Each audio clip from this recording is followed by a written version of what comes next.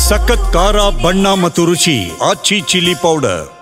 ಸಂಪುಟ ಪುನರಚನೆ ಗುಮ್ಮ ದಟ್ಟವಾಗಿ ಹರಡಿದೆ. ಹೀಗಾಗಿ ಆಕಾಂಕ್ಷಿಗಳು ಲಾಬಿ ಬಿರುಸುಗೊಳಿಸಿದ್ದಾರೆ. ಸಿಎಂ ಡಿಸಿಎಂ ಸುತ್ತ ರೌಂಡ್ಸ್ ಹಾಕೋದರ ಜೊತೆಗೆ ದೆಹಲಿ ಮಟ್ಟದಲ್ಲೂ ಕೂಡ ಪ್ರಭಾವ ಬೀರೋದಕ್ಕೆ ಮುಂದಾಗಿದ್ದಾರೆ.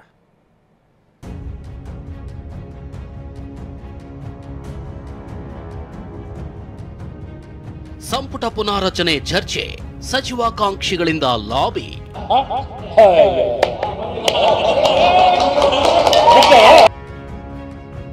ಒಬ್ಬೊಬ್ಬರದ್ದು ಒಂದೊಂದು ಪಡ್ಡು, ತಮ್ಮದೇ ದಾಳ. ಸಹಜವಾಗಿ ನನಗೂ ಕೂಡ ನಿರೀಕ್ಷೆ ಇದೆ. ನನಗೊಂದು ಅವಕಾಶ ಕೊಡಬೇಕು ಅಂತ ಕೇಳಿದ್ದೀನಿ. ನಾನು ನಿಮಗೆ ಕೇಳ್ತೀನಿ. ಸಂಪುಟ ಸರ್ಜರಿಯ ಅಸಲಿ ಆಟ ಈಗ ಶುರುವಾಗಿದೆ. ಒಂದ್ ಕಡೆ ಸಿಎಂ ಸಿದ್ದರಾಮಯ್ಯ 14 ಸ್ಥಾನಗಳೊಂದಿಗೆ ಸಂಪುಟ ಪುನಾರಚನೆಗೆ ಮೆಗಾ ಪ್ಲಾನ್ ಹಾಕೊಂಡಿದ್ದಾರೆ. ಇದೇ ವಿಚಾರವನ್ನ ವರಿಷ್ಠರ ಮುಂದೆಯೂ ಇಟ್ಟಿದ್ದಾರೆ. ಈ ಬಗ್ಗೆ ಕಾಂಗ್ರೆಸ್ ವರಿಷ್ಠರು ಯಾವುದೇ ನಿರ್ಧಾರಕ್ಕೆ ಬಂದಿಲ್ಲ. ಹೀಗಿದ್ರೂ ಸಂಪುಟ ಪುನಾರಚನೆ ಎಂಬ ಚರ್ಚೆ ಹೊರಬರ್ತಿದ್ದಂತೆ ಕೈ ಶಾಸಕರ ಕಿವಿ ಮಾತ್ರವಲ್ಲ, ನರನಾಡಿಯೆಲ್ಲ ನೆಟ್ಟಗಾಗಿವೆ. ಹೀಗಾಗಿಯೇ ನಾಯಕರು ಬೆಂಗಳೂರಿನಿಂದ ದಿಲ್ಲಿವರೆಗೂ ಲಾಬಿ ಶುರು ಮಾಡಿದ್ದಾರೆ.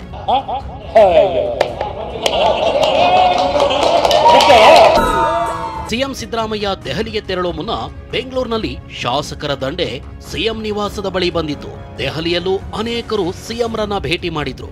ಈ ಪೈಕಿ ಬಂಗಾರಪೇಟೆ ಶಾಸಕ ಎಸ್ಎನ್ ನಾರಾಯಣಸ್ವಾಮಿ ಕೂಡ ಒಬ್ಬರು. ಇವರು ಬಂಗಾರಪೇಟೆ ಕ್ಷೇತ್ರದಿಂದ 3 ಬಾರಿ ಶಾಸಕರಾಗಿದ್ದಾರೆ. ದಲಿತ ಬಲಗೈ ಹಾಗೂ ಕೋಲಾರ ಜಿಲ್ಲೆಗೆ ಹಿರಿಯ ಶಾಸಕ.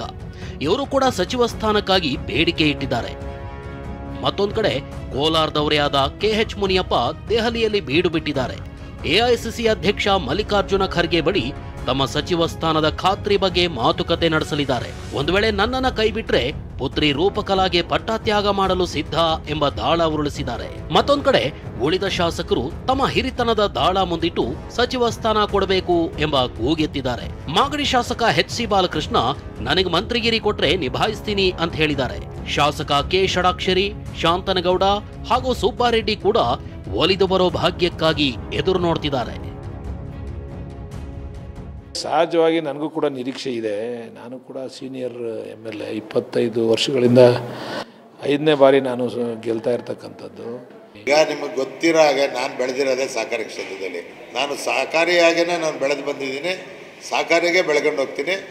ಸರ್ಕಾರದಲ್ಲಿ ಏನಾದ್ರು ನಾನು ಗುರುತಿಸ್ಕೊಟ್ರೆ ನಾನೇನು ಬೇಡಲ್ಲ ಅನ್ನೋದು ಹೇಳಿದೆ.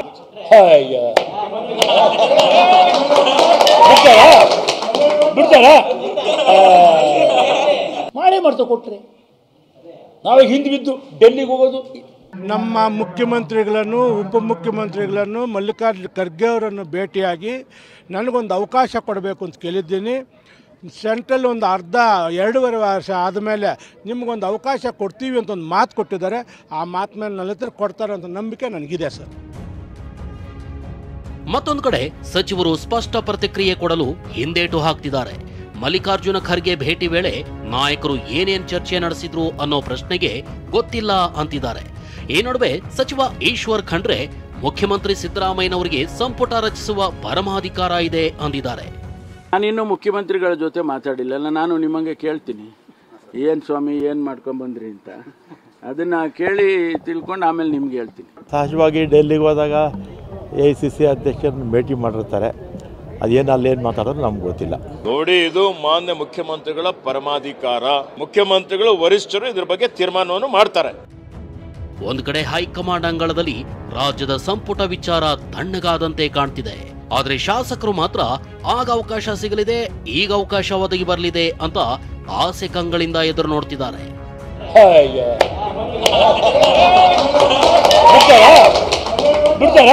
ದೆಹಲಿಯಿಂದ ಮಹೇಶ್ ಜೊತೆ ಪ್ರಸನ್ನ ಗಾಂವ್ಕರ್, TV9 ಬೆಂಗಳೂರು.